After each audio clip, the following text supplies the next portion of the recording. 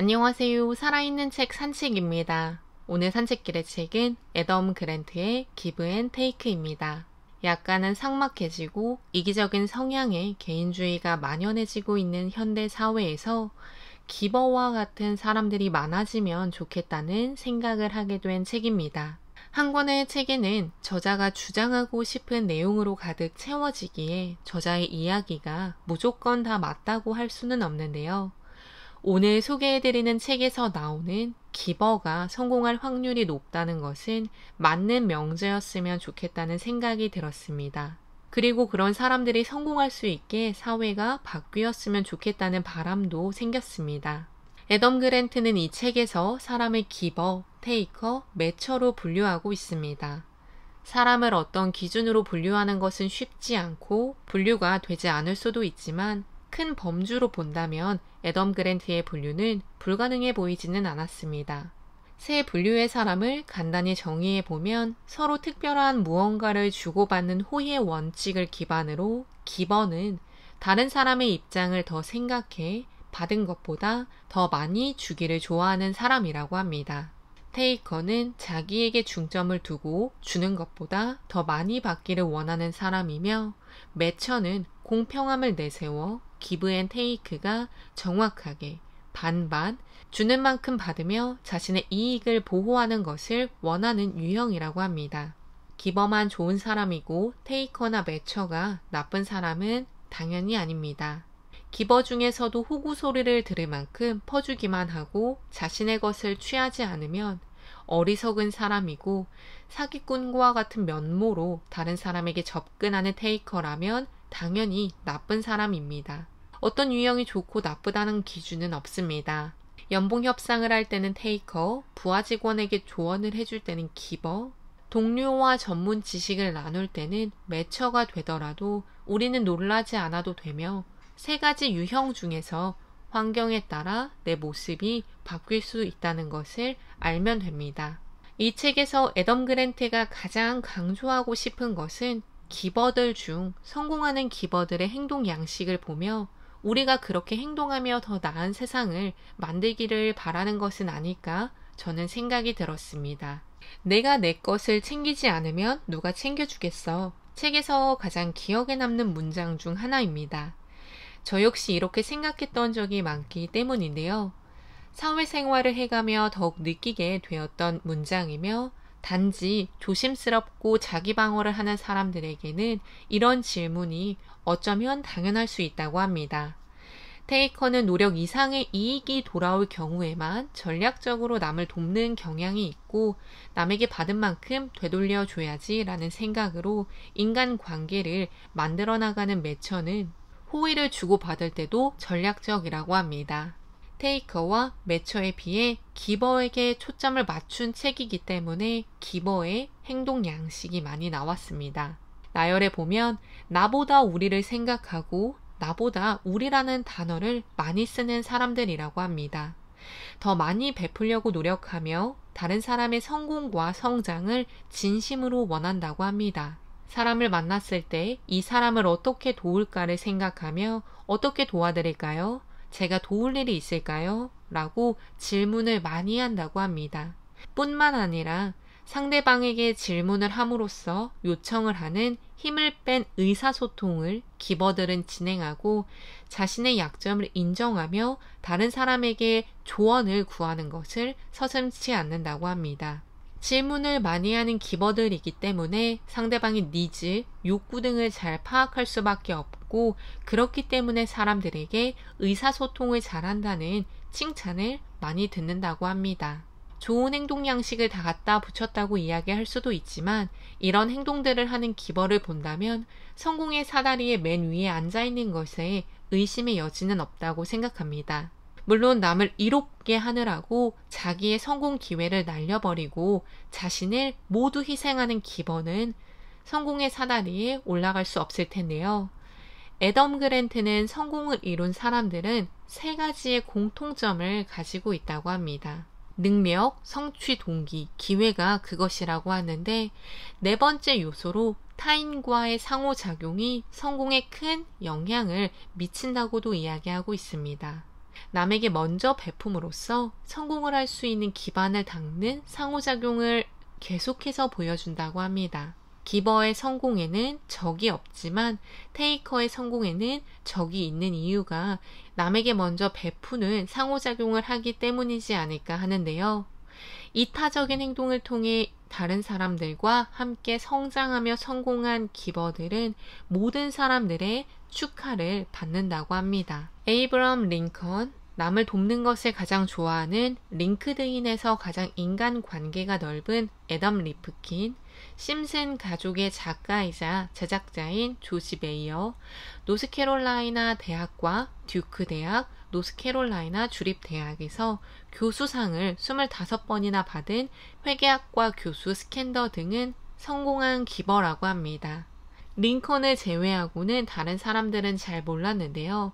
이들은 다른 사람의 잠재력을 보여줄 수 있도록 자신의 시간과 노력을 아낌없이 보여주는 공통점을 가졌다고 합니다. 또 자신의 이익보다 조직 전체에 큰 이익을 주고자 노력하며 그렇기 때문에 조직의 형편을 더욱 좋아지게 만들었고 다시 개개인에게 이익을 돌아가게 만들었다고 합니다.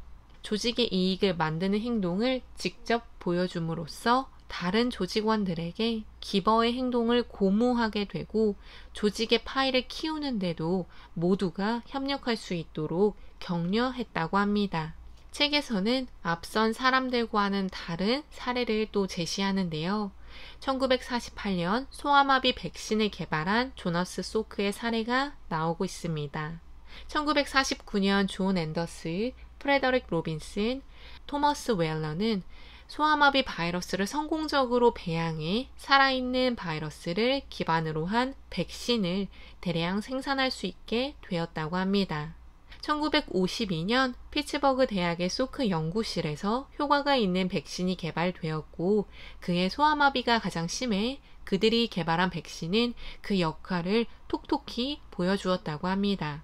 하지만 1955년 조너스 소크의 기자회견은 그를 추락하게 만들었다고 하는데요. 앤더스, 로빈스, 웰러가 한 중대한 공헌을 인정하지 않았다고 합니다.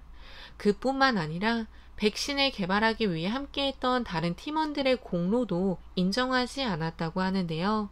소크는 눈을 감을 때까지 동료들의 공로를 인정하지 않았고 소크의 행동을 애덤 그랜트는 책임 편향이라는 용어로 설명하고 있습니다. 책임 편향은 관계에서 자신이 상대에게 공헌하는 정도를 부풀리는 것을 말한다고 합니다. 책임 편향은 남들의 공헌보다 자신의 공헌을 더 잘 알고 있기에 자기가 한 공로를 더욱 높게 치하하는 경우를 이야기한다고 합니다.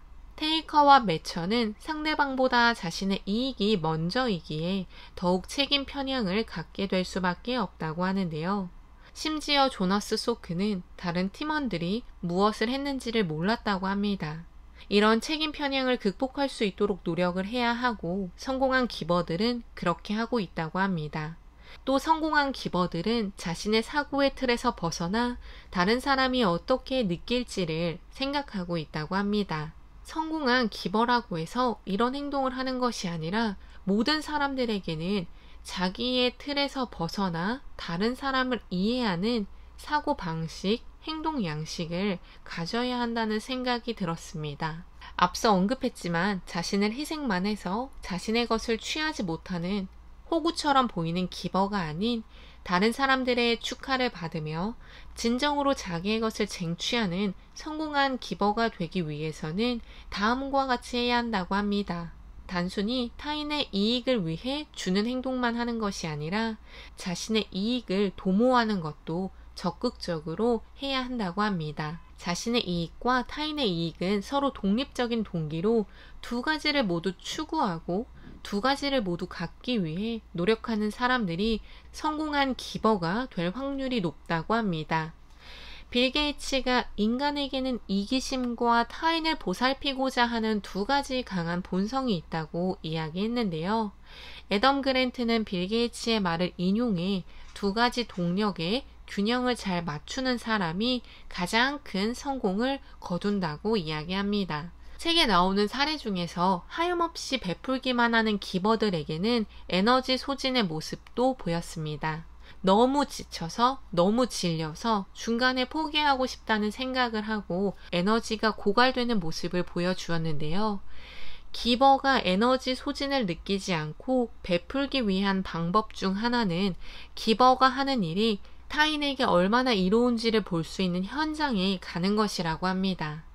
베푸는 양보다 자신의 행동을 통해 어떻게 도움이 되는 상황이 발생되는지를 살펴볼 수 있는 피드백을 기버는 받아야 한다는 것입니다. 또한 자기가 좋아하는 일, 지금까지 쏟았던 노력들을 다른 방법으로 쏟을 수 있는 변화를 줌으로써 기버의 에너지 소진을 막으라고 합니다. 여러 학자들의 주장이 다르지만 이 책에서는 친절은 인간의 본성이라고 합니다.